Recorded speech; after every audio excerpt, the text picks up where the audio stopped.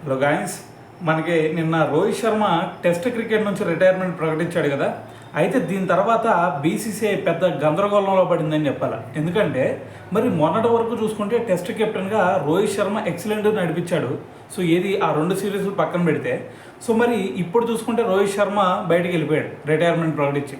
So మరి ఇటువంటి సిచ్యువేషన్లో కెప్టెన్గా ఎవరిని పెట్టాలి అనే గందరగోళంలో ప్రజెంట్ బీసీఐ ఉంది.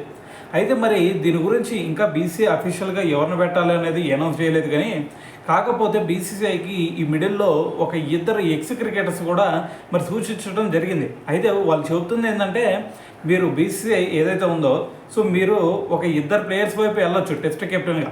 సో వాళ్ళలో ఫస్ట్ వచ్చేసరికి మీకు శుభ్మన్ గిల్ కనిపిస్తాడు, దాని తర్వాత మరి రిషబ్ పంత్ కనిపిస్తాడు. సో వీళ్ళిద్దరిలో ఎవరినో పెట్టాలి అని మీరు అనుకోవచ్చు.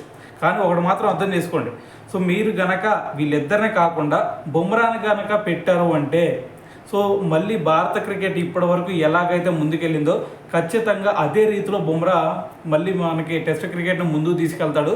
సో కాబట్టి నేను చెప్పేది ఏంటంటే, మరి బుమ్రాకి మనకి కెప్టెన్సీ బాధ్యతలు అప్పచెప్పండి అని చెప్పేసి కూడా వాళ్ళిద్దరూ మాట్లాడటం జరిగింది. సో అయితే దాని తర్వాత ఇంకోటి చెప్తుంది ఏంటంటే, వాళ్ళిద్దరూ మరి వైస్ కెప్టెన్గా చూసుకుంటే మనకి చాలామంది యంగ్స్టర్స్ ఉన్నారు కదా.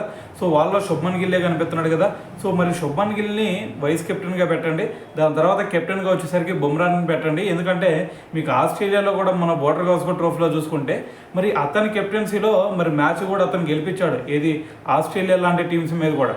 సో మరి రేపు కూడా ఇంగ్లాండ్ సిరీస్లో మరి బుమ్రాన్ కనుక కెప్టెన్గా పెట్టారు అంటే ఖచ్చితంగా సిరీస్ కొట్టి తీసుకొస్తాడు అని చెప్పేసి సో మరి మదన్ లాల్ అలాగే అనిల్ కుంబ్లే, సో వీళ్ళిద్దరు కూడా బీసీఐకి అయితే చూడడం జరుగుతుంది.